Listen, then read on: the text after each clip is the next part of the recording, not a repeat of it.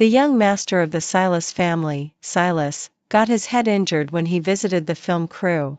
After waking up, his memory became confused and he mistakenly regarded me as his girlfriend. He put himself in danger for me, set off fireworks all over the city for me, and presented his most sincere heart to me.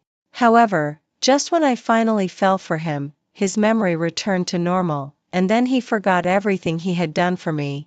Silas and I were sent to the hospital together. There was an accident of the collapse of stage props on the set. The iron frame happened to hit Silas, who was passing by behind me, and I was pushed under him by him. Only my cheek was slightly scratched. In everyone's eyes, Silas was injured because he was protecting me. So when he woke up with his memory in confusion and mistakenly regarded me as his girlfriend, this became the most powerful evidence. In fact, before that, the only interaction between him and me was at a banquet half a year ago. Because I was drunk, I mistook him for someone else on the way to the lounge led by the waiter and directly went to hold Silas' hand, who was standing in front of the French window. The impression was very vague. I only remembered that I said a lot of words to him, but I didn't remember what they were. Until my agent showed up, tremblingly pulled me away, and then told me worriedly when I sobered up that I had caused a big trouble. After all, the last person who deliberately got close to Silas under the pretext of being drunk had disappeared from the entertainment circle. Since then, I had been on tenterhooks for a long time and would also deliberately avoid all the occasions where he might appear. Unless there was no way to avoid it, such as when he happened to visit the film crew where I was filming. I actually didn't know who he came to visit. I could only try my best to stay away from him. Unfortunately, the twists and turns of fate were always unexpected. Because of an accident, not only did we fall together, but also he mistakenly thought that I was his girlfriend. When I carefully, gently, and repeatedly emphasized, "Silas, you've really mistaken me for someone else," he just looked at me with soft eyes. Then gently touched my face with his fingertip and asked, "Does the wound still hurt?" To be honest, this put me in a difficult and helpless situation. So after sighing slightly, I compromised and said, "It doesn't hurt anymore." And he wasn't annoyed about the fact that I didn't admit that I was his girlfriend no matter what. He would only ask me, "Did I make you unhappy before?" Look, he didn't even have his previous memories, but stubbornly believed that I was his girlfriend. Later, when he was discharged from the hospital, probably worried that I would be unhappy, he would avoid others every time he came to see me on the film crew. But actually, everyone knew it well. I could only be glad about his identity. Without his permission, no media would take the risk of offending him to release photos and information about him. My agent had changed from being panicked at first to pretending to be calm and finally accepting it calmly. She had already started to excitedly persuade me, "Arya, why don't you just be with Silas? You don't know how many people want to get involved with him. Since the opportunity has come to you, don't waste it." That's right. The name Silas was almost equivalent to a shortcut in the eyes of countless people. But I still shook my head slightly at her. "I'm a fake girlfriend. What's fake will always be fake and will never become real. One day, his memory will return to normal. Besides, I don't like him at all." The moment I finished speaking, I suddenly caught sight of a figure not far away. He had broad shoulders and a narrow waist and was tall and straight. It was Silas. In his hand, he was carrying a portion of my favorite jasmine flower jelly. I didn't know whether Silas had heard what I said or how much he had heard, but he didn't show any abnormal behavior. As usual, after handing the things in his hand to my agent, he gently said to me, "I happened to pass by here and dropped in to have a look." Although I didn't want to accept the identity of this fake girlfriend, I didn't want to offend him either. After all, no one knew whether he would come to trouble me after his memory returned to normal. So I wouldn't examine carefully whether his reason was true or false every time. After having more contact with him, I found that the real him was different from what was rumored. It was said that Silas, the young master of the Silas family, was cold, ruthless, tough in means, and decisive in dealing with things, but in fact, he had always shown the elegance and demeanor of a noble family towards me, and when I occasionally agreed to have dinner with him, he would be like a child getting candies, with joy in his eyes. However, I didn't know whether he really had a girlfriend and then mistakenly let me take that position, or whether he didn't have a girlfriend at all and just had a false memory that I was his girlfriend out of thin air. No one knew the answer to this question. I also took him to meet some friends who studied medicine and repeatedly confirmed his condition. The answers were all the same. It might never get better, or it might get better tomorrow. If there were old memories or old things to stimulate him, the chance of getting better might be higher. So relying on the little experience I got from TV dramas, when I met Silas and his friends at a party not long after that, I tactfully asked them whether Silas had any female friends he was close to before the accident. At that time, they already knew that Silas had mistaken me for his girlfriend, but they all took the stance of onlookers watching the fun. Hearing my question, one of them, who was probably also a rich young master, shook his wine glass and chuckled. Who knows? After all, he had stayed abroad for so many years. He was hit stupid not long after he returned to China. No one expected that this accident would make him become so love-struck. I sighed and quietly glanced at Silas, who was lazily leaning on the wine-red sofa not far away. His eyes were slightly closed, and his emotions couldn't be seen. Later, after the party ended, while I was waiting for my agent in the lobby and absent-mindedly looking at the big screen on the opposite wall, a shadow fell in front of me. At first, he didn't say anything and just looked at the video on the big screen with me. It was a live interview of the top singer Phoenix after he released his new song. The host asked him about the meaning of his new song, Way Lie, and then asked him who he most wanted to let listen to this song. Finally, after getting his answer that it was the person he loved very much, the host asked Phoenix to call that person on the spot and sing to her softly. Among the screams of the audience, my mobile phone, which had been on mute on the marble table, suddenly lit up with a string of familiar numbers. It was at this time that Silas spoke. He looked down at me condescendingly, with a bit of loss in his tone. Is it because of him? So you don't want to be with me? After the incoming call display lit up and then went out for 3 times, I blinked my slightly sour eyes and somewhat stubbornly corrected him. It's not that I don't want to. It's that the nature of this relationship is fake. Just like Phoenix's liking was fake from the very beginning. Until now, I would still occasionally be trapped in the nightmare of that summer afternoon and couldn't get out. I felt as if my insides had been hollowed out, and all I could feel was endless emptiness. Obviously, one second we were still planning the future in the library, and the next second, when I was happily writing down the list of our common life goals, he suddenly told me, Arya, stop writing. Let's break up. I have to admit that those 5 words were so powerful that they could instantly break down my thinking ability. My expression at that time must have been like a computer suddenly freezing for a second. After being stunned, I smiled faintly in a trance. Phoenix, today isn't April Fool's Day. He slowly pulled my fingers that were grasping his forearm apart one by one, said, Sorry, Arya, the person I like isn't you, and then couldn't wait to get up and leave. At that time, I couldn't figure out his words at all.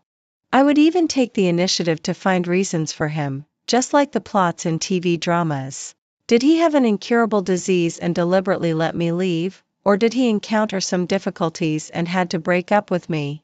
Unfortunately, it was none of those reasons. Phoenix, simply didn't like me. When I was still in a daze and lay in the dormitory for 3 days but still wanted to salvage this relationship and went to find him, I saw the scene where he was holding a girl in his arms and gently kissing her cheek. I wiped away the tears from the corners of my eyes, walked up to him, and asked in a hoarse voice, Phoenix, tell me, were the 3 years of our relationship all fake? Were all the words of your liking fake? The sun was shining brightly that day, but I felt so cold. Phoenix frowned and silently looked at me. Before he could speak, the girl beside him raised her eyebrows disdainfully, picked up her mobile phone, and handed it to me. It was the message she sent to Phoenix on the day Phoenix broke up with me. I give up, Phoenix. If you appear in front of me immediately, I'll be with you. At first, I didn't understand the reason. Until later, my roommates spent a week using their extensive network of contacts to piece together a rough truth. The girl who was with Phoenix was named Daphne. They were high school classmates. Phoenix had liked her for a long time, but she liked Phoenix's roommate, liked Phoenix's brother, but just didn't like Phoenix. Probably to spite her, Phoenix chose to pursue me. So all his kindness and gentleness towards me were just to make another girl jealous. As for why it was me? Perhaps when he needed a tool to use, I happened to appear in front of him. Or perhaps it was like what he once said while rubbing my head, "Arya, why are you so easy to deceive?" Actually, no one knew the reason. However, his goal was achieved. Daphne finally chose him. But that was the first time I had carefully, sincerely liked someone after going through primary school, junior high school, and high school in an orderly manner and entering the university in a daze. Finally, my sincere heart was mercilessly broken by him. In fact, after knowing the truth, I didn't have any extra emotions. I just felt numb, but my 3 roommates, in order to avenge me, asked their boyfriends to beat Phoenix up one night. Then they dialed my WeChat video and asked him to apologize to me. At that time, looking at him on the other side of the video with a bruised cheek and bleeding lips, I calmly looked at him for a moment and then said in a low voice, "There's no need to apologize. Phoenix, congratulations. You won. I won't fall into the same trap twice. Nobody understands better than I do that if the beginning is false, there will never be a result." So when Silas said that sentence, "But I really like you," perhaps because of the pain brought by the rush of memories or because the alcohol hit me too hard later, for the first time, I abandoned the politeness and propriety I should have and attacked him. "Really? Huh, Silas, you can't even tell whether your own memories are real or false. What are you talking about when it comes to sincerity? You say you like me. Then do you know how we met? Do you know what memories we have between us? You don't know. You know nothing. You just mistook that you liked me because of the confusion of memories after waking up. Or is it because of my face? Love at first sight? No. Is it lust at first sight? Silas, please, just leave me alone." Once, when facing Phoenix who had the same identity as me, I was helpless after being hurt, not to mention now that he and I are in a completely unequal position. At the end of the memory, Silas, with slightly red eyes, emphasized to me somewhat obsessively, "It's not love at first sight driven by lust. It's that I truly like you." It wasn't until I woke up in bed the next day that I realized what I had said to Silas the night before. After being panicked for a second, I gave up struggling. Somehow, I felt that Silas wouldn't do anything to me. And that was indeed the case. Since then, he hadn't shown up in front of me again. Even my agent curiously asked, "I haven't seen Silas for a long time. Is it that his memory has returned to normal and he found out that you're not his true love?" I didn't answer. But soon I noticed something was wrong. It started when I was harassed by a male star during an audition for a play. The other party was a popular young actor who had become famous recently because of a Shenxia drama. Relying on his high popularity, he was domineering on the set. He not only randomly asked to change the script but also wanted to control the choice of the female lead. After I finished auditioning for the role of the female lead, I received an invitation from him. Although I didn't accept it, I couldn't stop him from coming up to me on his own initiative and then saying to me as if he was being merciful, "Arya, you've acted in quite a few plays, but you're still not very famous. The competition for the female lead in this play is especially fierce. I think it's quite uncertain for you. But if I recommend you, the director might give me some face." I looked at him calmly. "So?" He seemed certain that I would agree and smiled. "We can cultivate our feelings first, so that it will be more realistic when we act." I knew that in this situation, I had no way out and could only choose to withdraw. Unexpectedly, after I tried hard to maintain my calm and politely refused, he stopped smiling and angrily said to my leaving back, "I'm giving you a chance because I think highly of you, Arya. You're really ungrateful. Do you know how many people are waiting for this opportunity?" Later, after I had already given up on this play and was preparing to audition for other plays, that popular young actor was suddenly exposed for tax evasion and sleeping with his fans. Before the studio had time to send a lawyer's letter to warn the rumor mongers, all the evidence had been packaged and spread all over the internet. The next day, the director told me that I had passed the audition for the female lead and the male lead had also been replaced. All these changes were too mysterious, and I couldn't help but feel strange. But before I could think carefully about whether it had anything to do with Silas, I got another piece of news.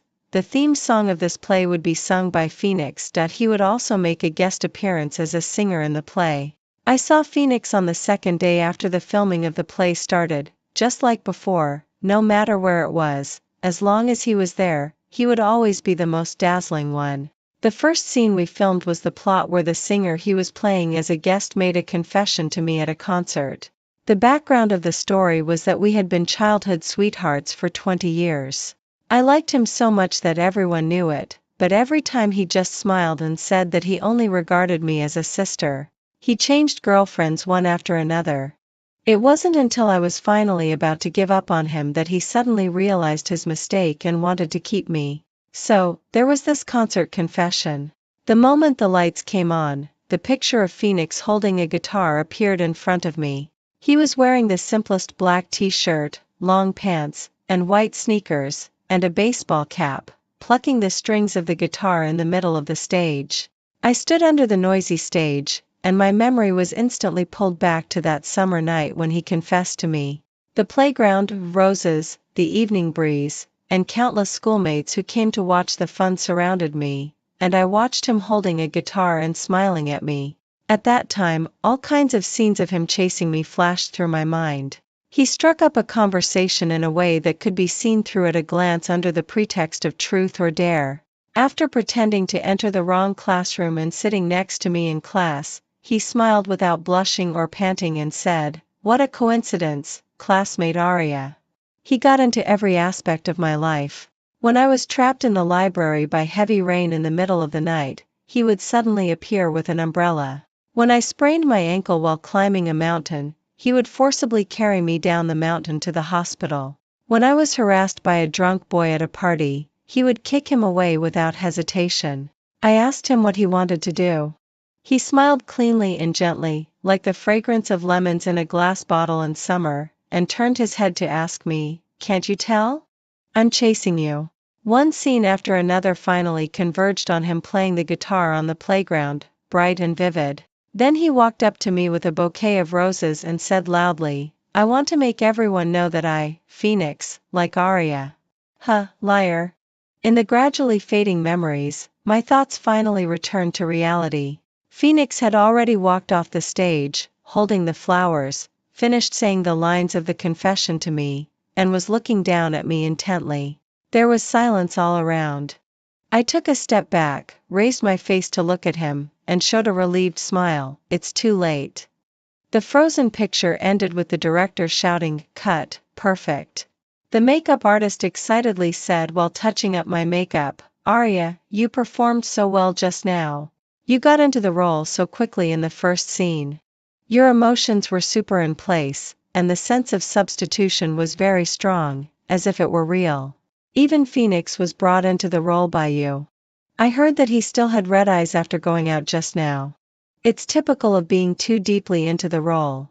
My hand that was flipping through the script paused slightly, and I didn't say anything actually. I was quite surprised when Phoenix didn't end up with Daphne and instead suddenly regretted it and came to find me. It was in the 3rd month after we broke up. In late autumn, he appeared in the night under my dormitory building, wearing a black windbreaker, his eyebrows and eyes tinged with a touch of coldness, and there was a faint smell of alcohol in the air. I was passing by with books in my arms when he grabbed my forearm, and his hoarse voice rang in my ear, "I broke up with her." Almost instantly, I understood what he meant. Restraining the dull pain in my chest, I smiled and asked him, "So what, Phoenix? Did you find that it wasn't suitable to be with her and want to turn back? Do I deserve to be a cheap tool between you two? Do you think I'll fall for the same liar twice? It's too late. It's just too late." I saw Silas again when Phoenix and I were filming the second and also the last scene with each other. It was the scene in my memory where he taught me to sing. By the scenic lake on the university campus, with students and passers-by coming and going, Phoenix and I were sitting on the public bench by the lake. He took out the printed lyrics and taught me to sing sentence by sentence. In fact, this scene only needed a hazy, silent memory scene. But the director probably wanted a more realistic effect, so he asked Phoenix to teach me any song casually. Only by fully immersing myself in it would I forget that I was acting. The song we sang was a Cantonese song, Better Not to Meet. In fact, he was the one who taught me this song. At that time, I was forced to participate in the music festival held by the school. I didn't know any songs except the national anthem and children's songs, and I had no idea what to do. It was Phoenix who taught me from rhythm to tone bit by bit. When I forgot the lyrics and sang the wrong tune countless times and wanted to give up, he encouraged me. When I stood on the stage, holding the microphone and trembling with nervousness, he raised the sunflower hydrogen balloon to the highest point, and there was written on it, "Don't be afraid. I'm here." Later, I never listened to that song again. As my thoughts came back, I had already sung to the last sentence with his voice. It was at this time that out of the corner of my eye, I suddenly saw a familiar figure in the hexagonal pavilion in the middle of the lake. He was wearing a black shirt with the cuffs rolled up to his elbows, was thin, and had his hands in his pockets, looking in my direction. It was quite far away, and I couldn't see the face clearly at all, but I could be sure that it was Silas. It was the Silas who hadn't shown up in front of me after I begged him to leave me alone but would secretly follow me behind. I discovered this because one night I suddenly wanted to eat fried rice cakes from a snack street near the university. I wanted to eat them for no reason, so I secretly left the hotel, put on a mask, and scanned a small electric bike to go there. At first, everything went smoothly. The change happened when I accidentally made eye contact with a classmate while squatting beside the trash can eating the rice cakes. 3 minutes later, more and more people gathered around, and an excited and strange atmosphere appeared in the air. More and more people were whispering my name. Until a male classmate suddenly shouted loudly, "It's her! It's her! Arya! It's Arya!" My mind went blank for a moment.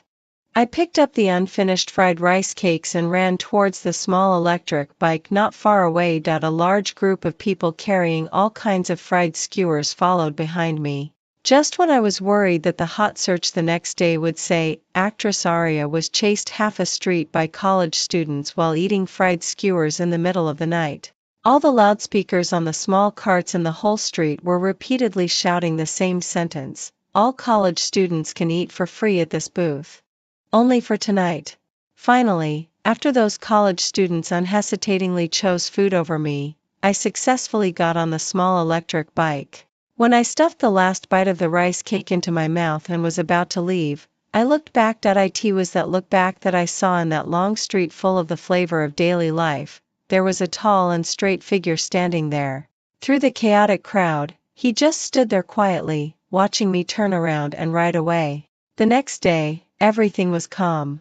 Nobody knew that I secretly ran out to eat fried rice cakes in the middle of the night and was chased. Nor did anyone know who paid for everyone that night. I decided to thank Silas on the second day after I finished filming. Although I vaguely felt that doing so would make our relationship even more complicated, he had indeed helped me twice after all. So I went to his company, and then was protected by him once again there. The incident happened when we were going downstairs. 2 workers carrying large pieces of glass passed by us, bumped into the big floor-standing vase at the corner, and then fell down. In that dizzying second, I was hugged into Silas's arms. At the same time, a huge sound of glass shattering came to my ears. I was unharmed, while Silas's calf was scratched by the glass and had to be stitched up with 9 stitches. He didn't need to be hospitalized and just recuperated at home. The blood case, caused by a meal, was completely beyond my expectation. Although Silas told me over and over again that it had nothing to do with me, I knew very well that I was partly to blame. To ease my guilt, I would bring nutritious meals and fruits to visit him every day, hoping that he would get better soon.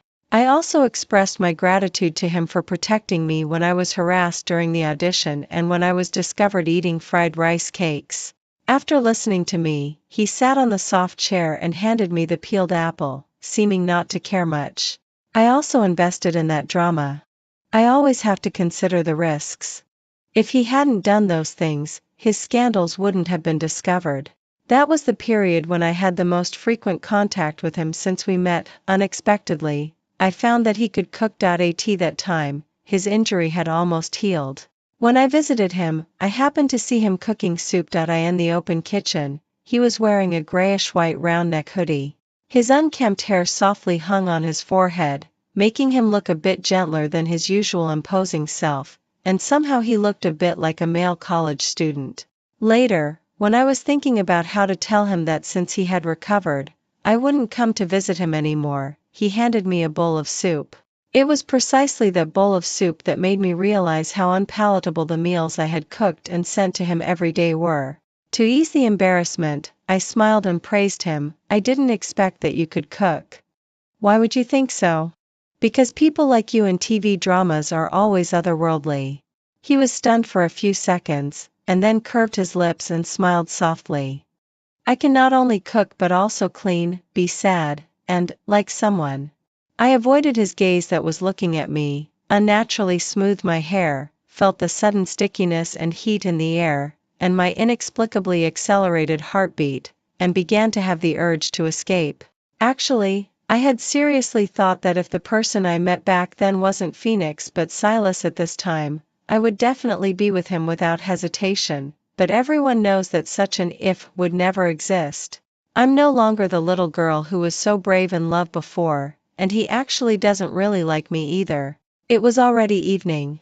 The setting sun outside the window made the sky look like molten gold, and half of Silas's body seemed to be coated with orange golden light. Probably seeing what was on my mind, he said to me without hiding anything, "Arya, liking someone isn't based on memories." After a short silence, I forced a distant smile. "Silas, since your calf has healed, I won't come to visit you anymore." This was to reject him and also to remind myself. Before leaving, he held my wrist and suppressed his tone. "Don't you have the slightest bit of feelings for me?" I pretended to be relaxed and looked at him. "No, actually," I lied. How could I not be the least bit moved by someone who remembered my preferences, would stand up for me when I was bullied, would help me escape when I was recognized while sneaking out to eat fried rice cakes in the middle of the night, and would protect me at the first sign of danger? But I had to cut my losses in time. So to stay away from him temporarily and let time calm down my surging emotions, I asked my agent to accept a public welfare movie with the theme of a rural teacher and went to the mountainous area to film. However, it was precisely this filming that made me completely fall for him. After the movie was successfully completed, the unexpected event happened 3 days before we were ready to leave. Continuous heavy rain triggered a mountain torrent. While looking for a student in the night, I rolled down the slope. Those were almost the worst 2 days in my life.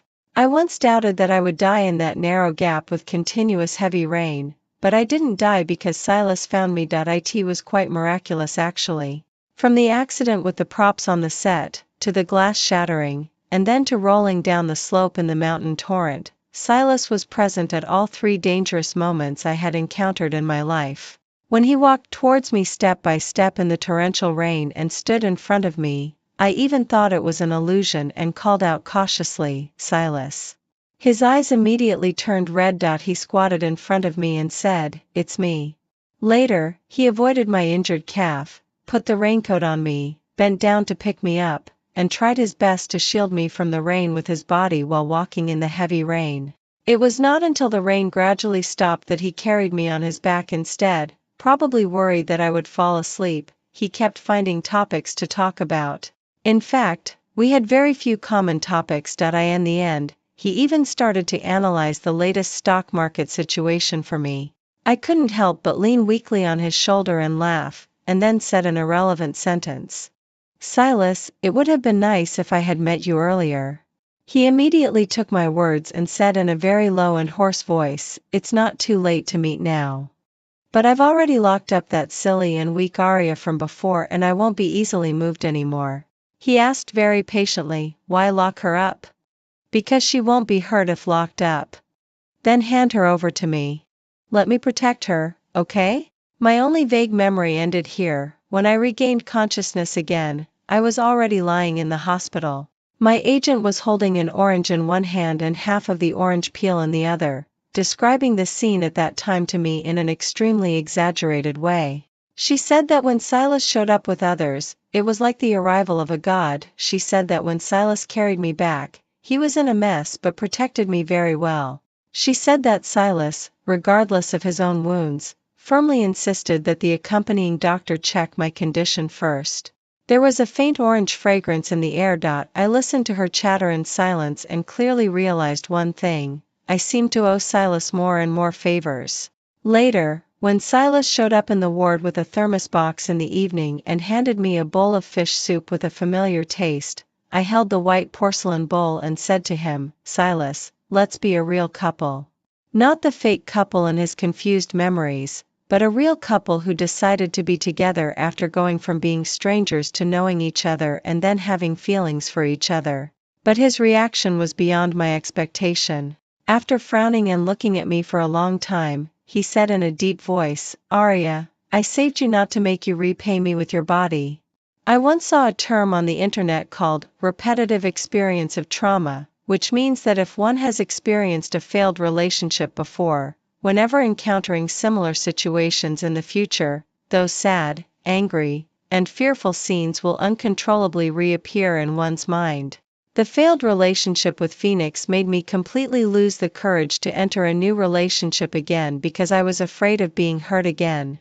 I admit that there was an element of gambling when I chose to be with Silas, but I was still willing to believe again. After all, when he appeared in the heavy rain, he really made me have a heartbeat that I could hardly ignore. So after he said that sentence, I held his hand and said very frankly, "You said that liking someone isn't based on memories. Silas, I believe you. I decided to be with you not to repay you, but because I really like you." I think I will always remember his expression at that time. From silence to shock and then to surprise, he then hugged me tightly in his arms with slightly trembling hands, and his voice was extremely hoarse. "Arya, I won't let you down."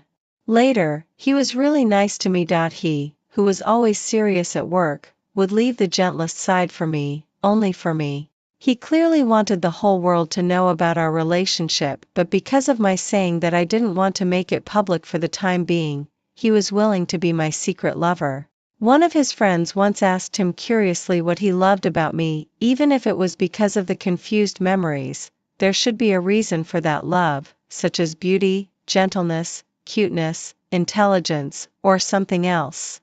At that time, Silas was hugging me, who was pretending to be asleep after getting drunk, and said calmly, "There's no reason." This answer actually sounded a bit ridiculous in their circle, because for people like them, interests were above everything else, including feelings. At least that's how it seemed to me at that time. His need was an emotional one. Until one time when he attended a commercial event, near the end, a reporter boldly asked him, "What are Silas's criteria for choosing a partner?" This kind of question involving the private domain usually wouldn't appear in interviews about him. But perhaps the netizens were really curious about this too young head of the Silas family, or maybe he seemed to be in a good mood during that interview, which made the reporter take a chance to ask. And after a long silence, Silas surprisingly answered her, "There are no criteria for choosing a partner. There's only her." This sentence later sparked discussions among countless netizens. I held my tablet and read thousands of comments. Some people guessed that he already had someone he liked, and some people guessed that he was already in a relationship. The comment with the most likes was the interpretation of that sentence: "When she appears, all criteria become invalid." After reading it over and over again, I thought it sounded reasonable, so I asked him if that's what he meant. He was peeling an orange for me at that time. Hearing me read out the netizen's interpretation, he said calmly, "It can be understood that way, but that's not what I meant." I subconsciously asked him, "Then what do you mean?" "Before you appeared, I couldn't imagine what kind of person I would like in the future. When you appeared, it could only be you." Silas and I had been together for 8 months, and our relationship had encountered 2 twists and turns. The first one was due to the appearance of Phoenix. It was a social cocktail party in the entertainment circle. I didn't know he would be there when I was invited to attend. However, the entertainment circle is neither too big nor too small. In fact, I had never deliberately avoided him. After all, I had a clear conscience and there was no need to hide from someone just because of a past relationship. After the party, I was stopped by Phoenix beside the stairs at an exit. His slender fingers circled around my wrist and pulled me into his arms. He whispered in my ear, "Arya, I really regret it." He had done something like this once when he made a guest appearance in my drama before, but at that time, he wasn't drunk and just asked me soberly if I could trust him again. I found it rather ridiculous, so I asked him, "Phoenix, have you never been deceived by anyone?" Once trust is broken, it's almost impossible to restore it to its original state. And the consequence of forcing it is that the one who is deceived will constantly be suspicious, doubtful, and testy, and finally fall into a hysterical and out-of-control state. So when he was again stubbornly saying that he regretted it and wanted to win me back, I tried my best to suppress the discomfort in my heart and asked him, "Phoenix, what have I done to make you think that there's a possibility for me to come back to you? So you keep pestering me again and again?"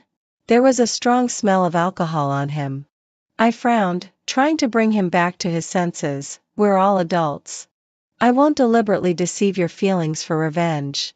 If you keep holding on, it'll just waste both of our time." Probably because the alcohol had taken control of his brain and refused to listen to any words, he held my waist tightly and wouldn't let go, repeatedly saying sorry and asking me to give him another chance. Just when my patience was running out and I was considering whether to shout for help loudly, I was suddenly pulled forcefully into another embrace. The familiar scent rushed towards me. It was Silas. He hugged my shoulders tightly. His face looked normal, but I knew that he was angry. The angrier he was, the calmer he seemed.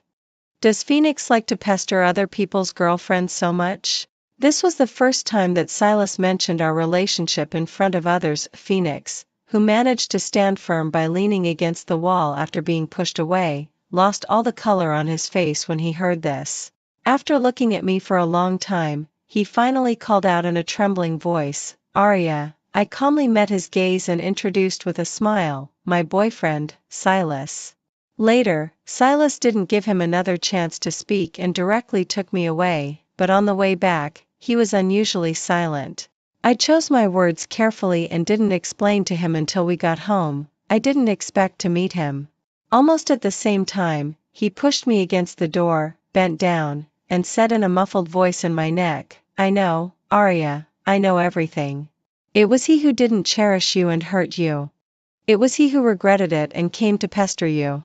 But I'm still jealous that you were with him before." I was quite sure that Silas must have had someone investigate my past with Phoenix, so I could only smile helplessly. "I haven't liked him for a long time." He pressed me closer to his chest, his breathing became a bit heavier, and then he seemed to compromise and said, "I want to hold you for a while longer."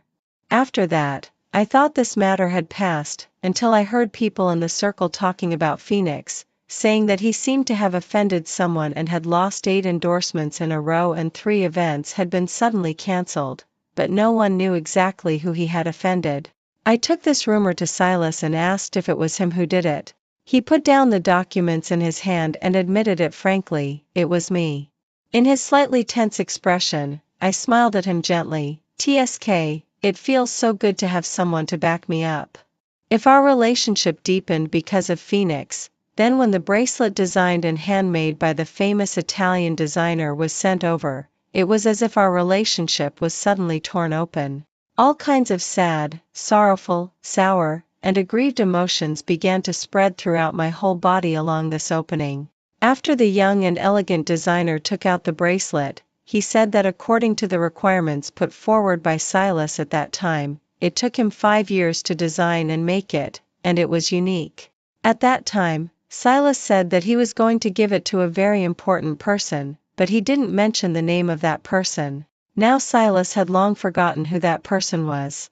At first, the designer didn't know that Silas had an accident and forgot the memory about the bracelet, so he didn't notice Silas' gradually furrowed brows and just repeated what Silas had said.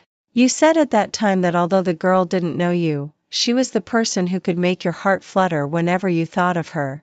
Even if you couldn't be with her, you hoped that she would be happy. Then he looked at me, who had been standing silently beside Silas, and said, as if suddenly realizing something, "It must be this beautiful lady.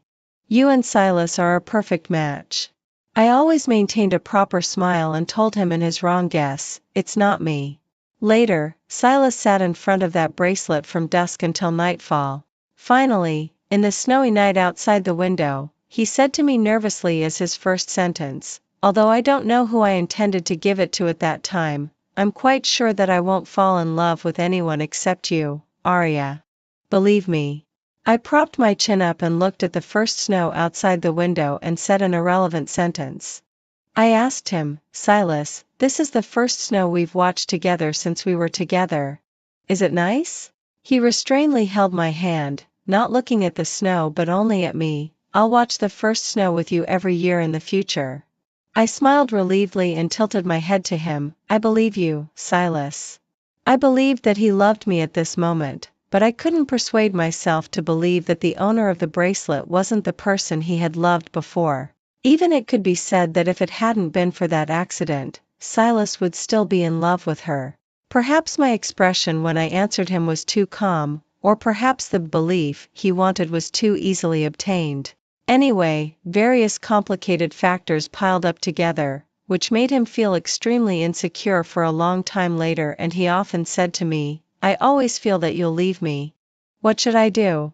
I laughed at him. "Silas, it's clearly me who should be the one without a sense of security." But what I didn't say was that his feeling was right. I would leave him, but not now. It would be when the Silas who deeply loved someone else appeared.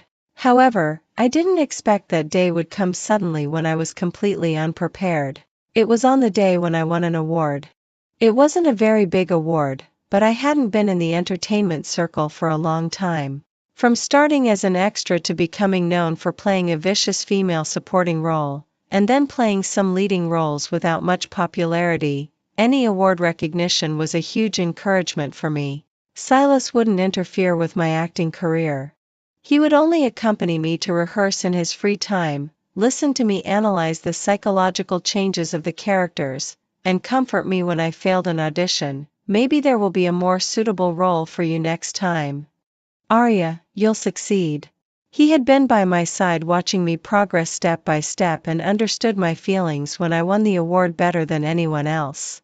So to congratulate me, when I got in the car with him to go back after receiving the award, the sky on both sides of the river was filled with exploding fireworks.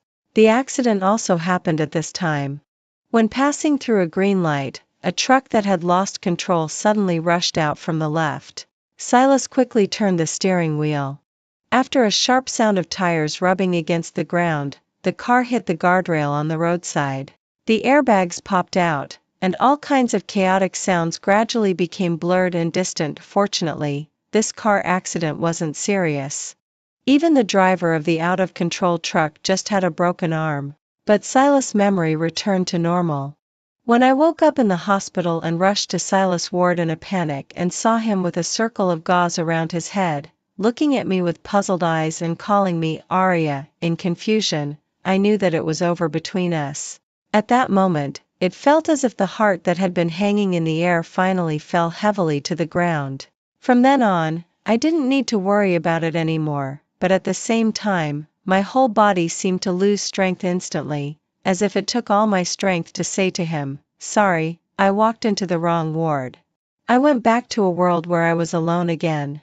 After my agent learned about the situation, she asked me tactfully, "Why don't you go and tell him?" Because he already had someone he loved. That bracelet was the best evidence. Rather than facing his doubts, constantly proving and forcing a love that no longer belonged to me, it was really meaningless. It would be better to film 2 more dramas. I would be sad, sorrowful, and painful, but I could still live a good life. However, I didn't expect that Silas would come to me a week later. At that time, I had just finished filming for the day and returned to the hotel a bit tired. When I got out of the elevator and was about to open the door, suddenly I heard a familiar, deep voice behind me, "Arya." My back instantly tensed up and I turned around to look. He was leaning casually against the wall beside the elevator not far away. The light from the ceiling lamp fell on him. His hair was a bit messy, his figure was slender and straight, and he still had those deep and handsome features. It seemed that nothing had changed, yet it also seemed that everything had changed.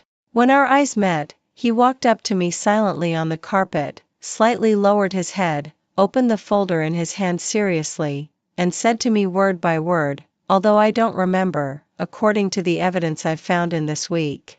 Dates, cohabitation, and all kinds of intimate behaviors including but not limited to holding hands and hugging. So, we are now in a legitimate and reasonable couple relationship. Right? Then before I could react to the huge amount of information, he took out the bracelet from his pocket, the one that he didn't know what to do with at first, and finally asked the designer to take it back, and handed it to me. Arya, this was originally meant to be given to you. I had imagined countless scenarios of meeting Silas again, but I never expected that he would come to me with all the evidence that we had once been in love and tell me, Arya, from the very beginning, I came for you. So, when there was an accident during the crew visit before, he had come to see me. And when the props fell down, it was he who blocked them for me. Perhaps my thinking became slow after a day's work. It took me a while to understand what he said. Then I was filled with confusion and shock and blurted out straightforwardly, "You liked me long ago?" He smiled and showed his sincerity without any concealment. "Yes, I liked you long ago." When I recalled the ups and downs of my mood at this moment a long, long time later, I still felt that it was far stronger than any emotions I had experienced in any film or TV drama. From the initially restrained and repressed heartache, to the surprise when he showed up, then to the inexplicable grievance when he was so certain that I was his girlfriend, and finally to the astonishment when he told me that he had liked me long ago. But even though my emotions were already like huge waves inside, my expression had been surprisingly calm from beginning to end. I even curiously asked him, "How long ago?" "I'm not sure. If I must give a specific time, it was when you were in your sophomore year. I attended an activity at your school on behalf of the Silas family group, and you gave me flowers as a volunteer that time." To be honest, I actually had a deep memory of that day, but it wasn't about Silas. It was because I was in a hurry to celebrate Phoenix's birthday. So after anxiously waiting backstage until it was time to go on stage to give flowers, I didn't even notice who the person was that took the flowers from my hands. I tightened my hands hanging by my side and said somewhat dryly, "At that time, I was with Phoenix." He was silent for a few seconds and then said in a calm voice, "I know, so I didn't disturb you." After a long gaze at each other, Silas reached out his hand to me and asked me, "Arya, are you still willing to be with me?"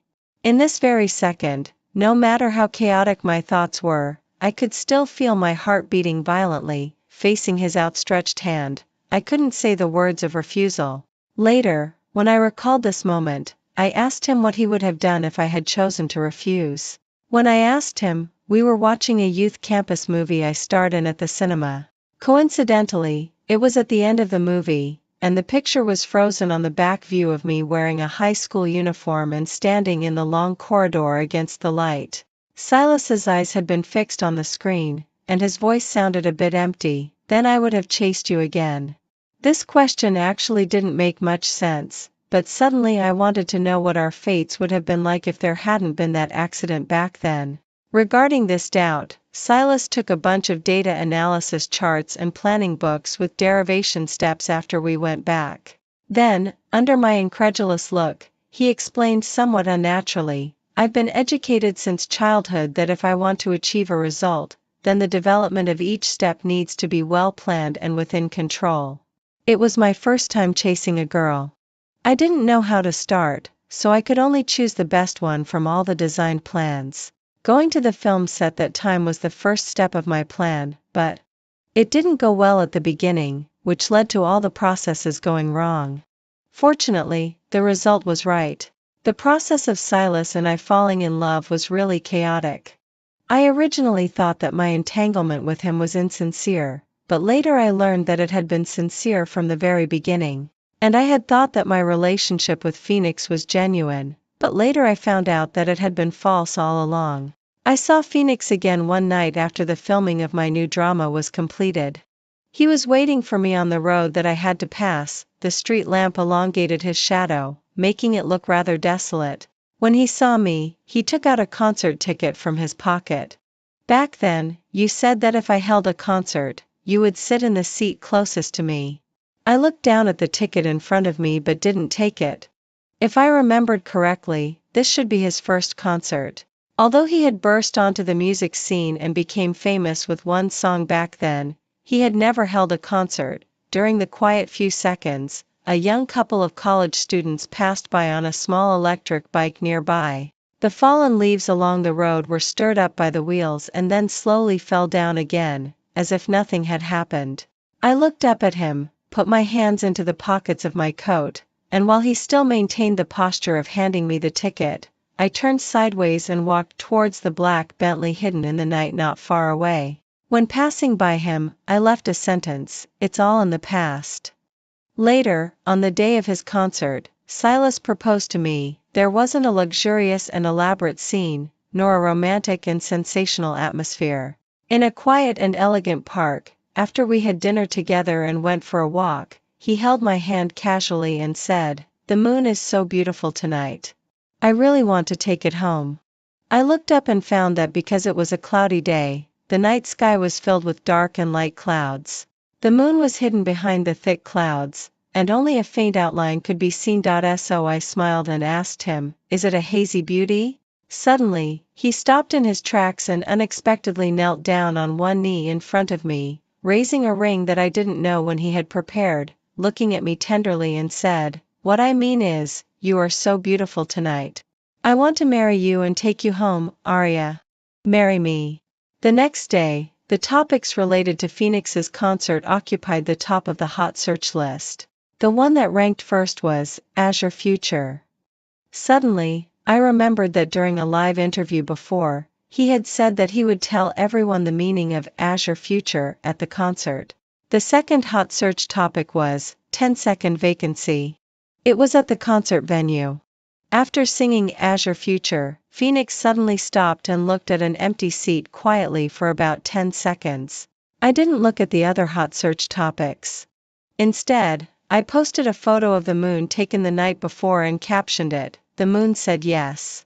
Silas leaned over to take a look and then made a tisk sound meaningfully saying, "My underground lover who couldn't see the light finally got a glimpse of the daylight." When I heard this sentence, my heart skipped a beat for a second. I knew the reason clearly. It was because of the Silas with the confused memory who had disappeared, and that memory that only I remembered. I originally thought that this would become a regret in my whole life. It wasn't until the wedding night a long time later, after Silas tore off his gentlemanly disguise without any scruples, when I was forced to feel the boundary between being sober and being lost, he leaned close to my neck and said in a hoarse voice, "Honey, I seem to have remembered something recently." I managed to spare a bit of my mind from the extreme pleasure and asked him, "What?" "I remembered that you once said that it would have been nice if you had met me earlier." After being slow to react for half a minute, I finally understood what he meant. Those extremely private conversations couldn't be found out unless he remembered them by himself. But before I had time to continue asking, he took me into deeper torment. Later, when his memory had completely recovered, I asked him why he didn't verify it at that time but just took it for granted that I was his girlfriend. Obviously, as long as he went to check, he would find that I had nothing to do with him. He slightly raised his eyebrows at the end of his eyes and asked me casually, "How do you know that I didn't check?"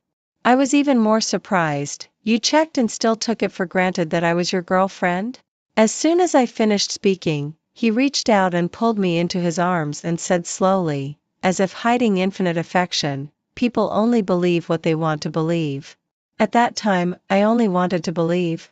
I love you. Extra Story 1 Phoenix. After the drama in which I made a guest appearance was broadcast, Arya became famous. Surprisingly, among the huge number of fans of the main couple's CP, a group of extremely active, first love, CP fans of me and Arya emerged. The plot where we were in the same frame for less than 10 minutes was cut into hundreds of videos by video editors. Some people also dug out every time we were in the same frame outside the drama, including the scenes where I was looking at her on the set and the scenes where we passed by each other at event venues. Even during the process of digging into the past, some people found out that Arya and I were alumni and had really been together before, and we were each other's first love. But there were too many messages in the entertainment industry that were hard to tell whether they were true or false.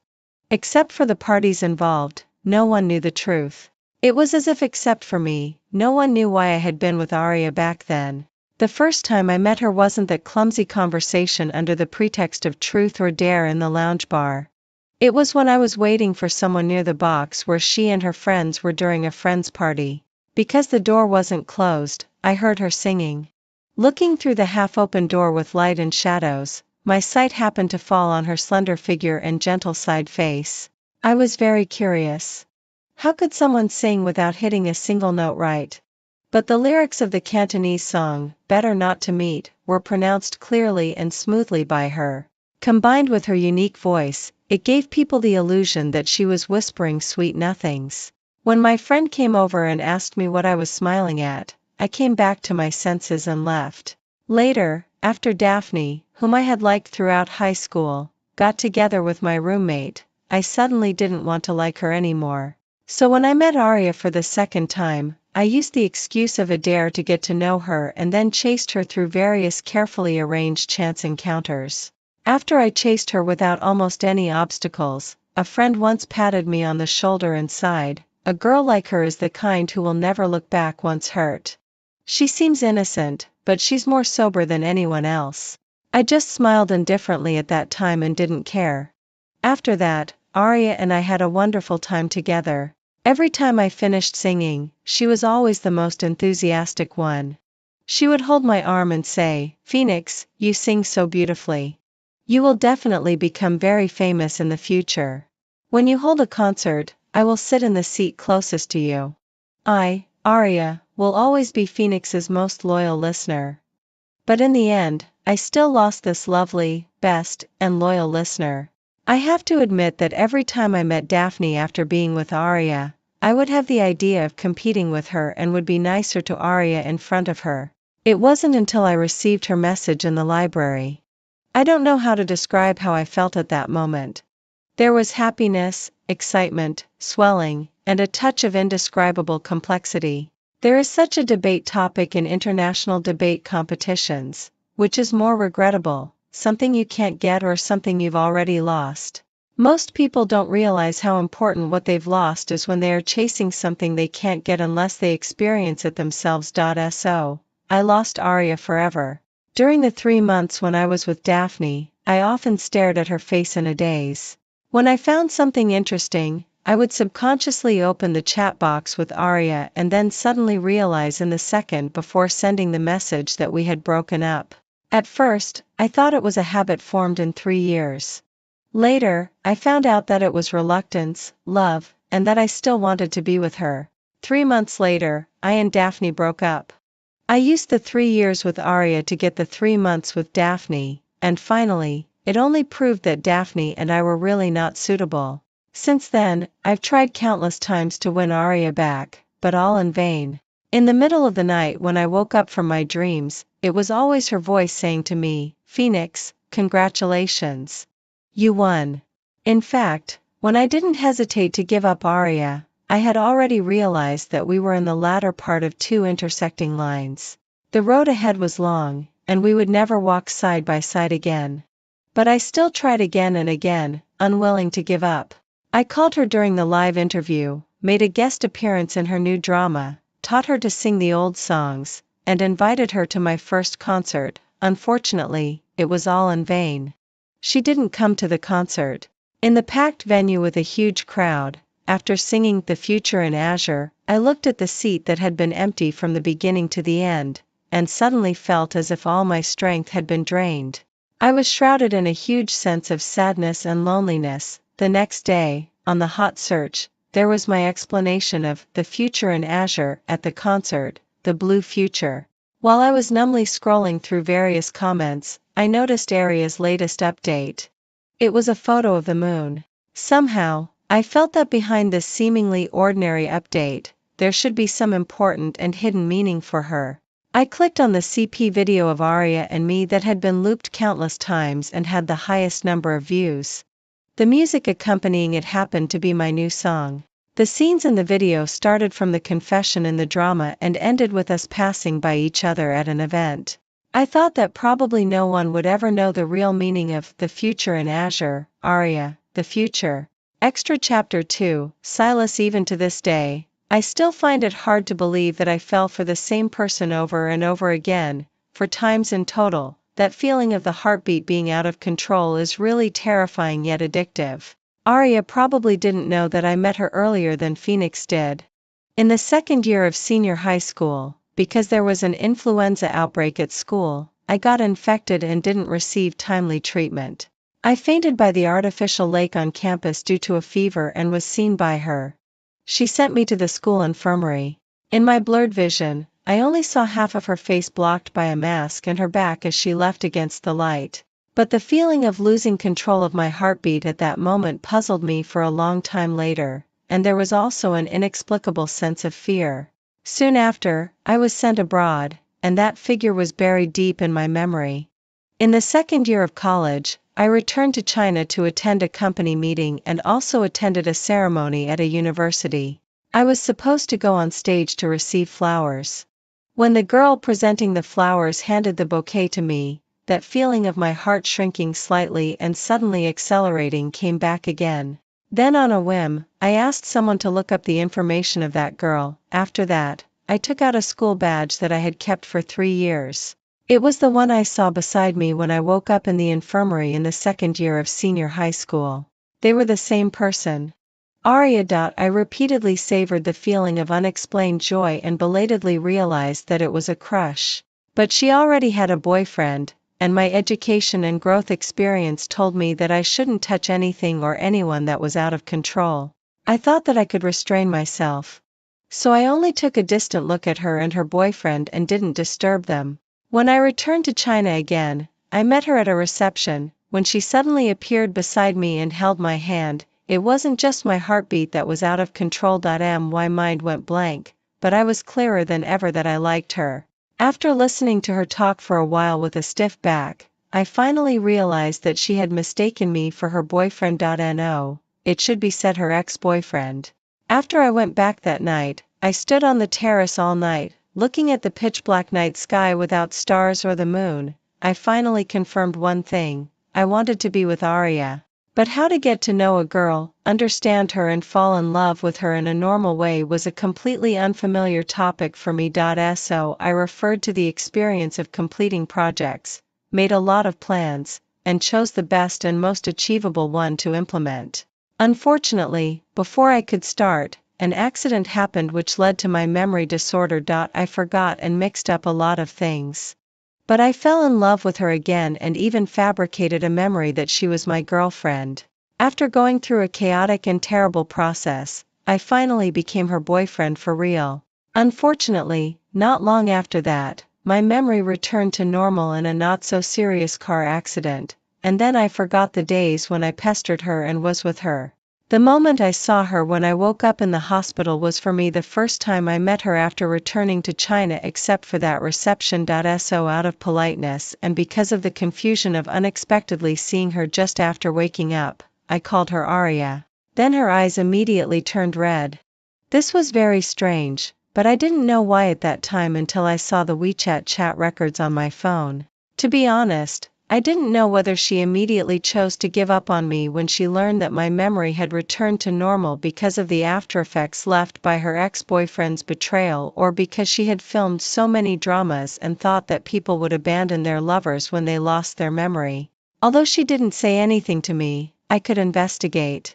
I could find out everything that had happened between us except for private behaviors and conversations. After getting all this evidence, I carefully reviewed the memories of that period. Then that night, I went to find her. I thought that no matter what, I had to explain it clearly to her. I had even thought it through that if she didn't want to continue to be with me, then I would pursue her again.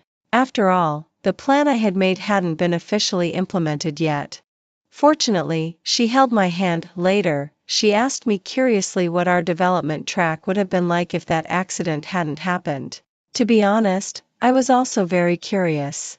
However, even if the process was different, the sincerity would be the same. After I completely recovered my memory, I remembered that a friend once asked me what I loved about her, and I said there was no reason. That's the truth. If I knew the reason for my crush on her, I would have solved the source of this terrifying yet addictive feeling at the very first moment. Unfortunately, there isn't one. She just stood there so ordinary, yet it was enough to make my heart flutter infinitely. It was as if everything around me was out of focus, and only she was real. A moment of heartbeat means eternal heartbeat. I think no one knows better than I do. Arya is the only thing out of control in my life.